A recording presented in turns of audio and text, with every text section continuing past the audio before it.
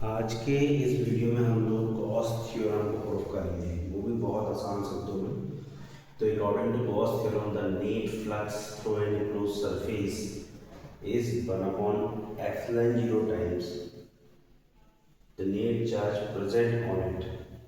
इसका मतलब है कि किसी भी क्लोज सरफेस से निकलने वाला जो फ्लक्स होगा वो 1/ε0 टाइम्स होगा उसके अंदर जितना चार्ज होगा उसका। तो जो फ्लक्स आपको निकालना है फाई वो 1/f9 टाइम्स होता है उसके अंदर प्रेजेंट चार्ज का। ये हमको प्रूफ करके लेके आना है।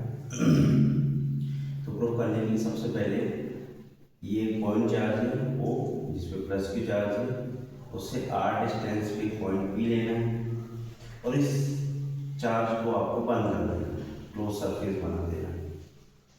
तो सबसे पहले प्लस क्यू चार्ज के कारण इस पॉइंट पी पे इंटेंसिटी कितनी होगी।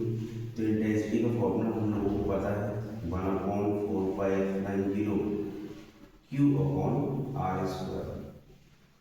क्यू चार्ज और दोनों के बीच डिस्टेंस।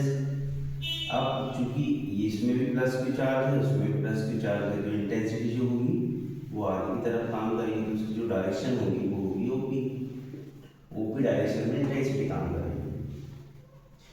चूंकि यहाँ पे हमने इसको बंद कर दी, इस पॉइंट पी से निकालने वाला आपको फ्लक्स पैटर्न बताना पड़ेगा। तो इसको छोटे छोटे भागों में हम लोग डिवाइड कर देंगे। ये छोटा भाग ये हो गया, ये छोटा भाग यहाँ पे हो जाएगा, ऐसे छोटे छोटे भागों में हम इसको डिवाइड कर देंगे। तो इस छोटे से एरिया से निकलने वाला फ्लक्स हमको फाइंड करना पड़ेगा। तो फ्लक्स की डेफिनेशन से फाई बराबर होता है E D s cos theta. हमने यहाँ पे डी फाई इसलिए लगाया है क्योंकि इस छोटे से एरिया से निकलने वाला फ्लक्स हम फाइंड कर रहे हैं।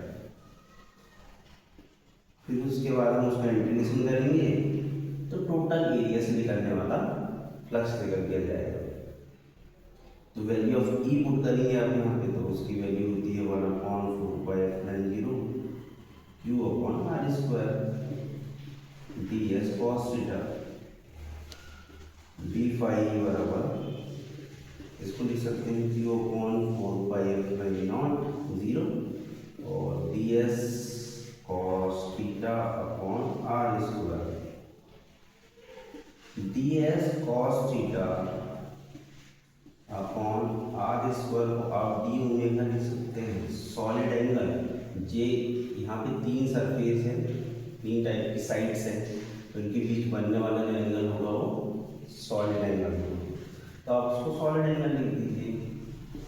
तो d phi equal q upon 4πε0 d omega.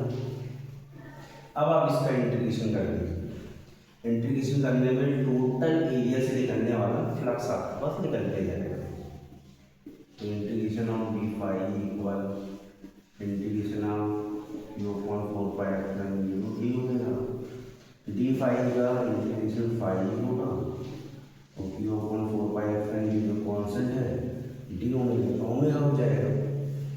Omega is equal to 4π होता है, आप यहाँ पुट करना पड़ेगा 4π। तो फाई इक्वल हो जाएगा क्यू अपॉन 4πε0 इंटू 4π से 4π कैंसिल, तो आपके पास फ्लक्स की वैल्यू हो जाएगी क्यू अपॉन ε0। यही हमको प्रूफ करना था।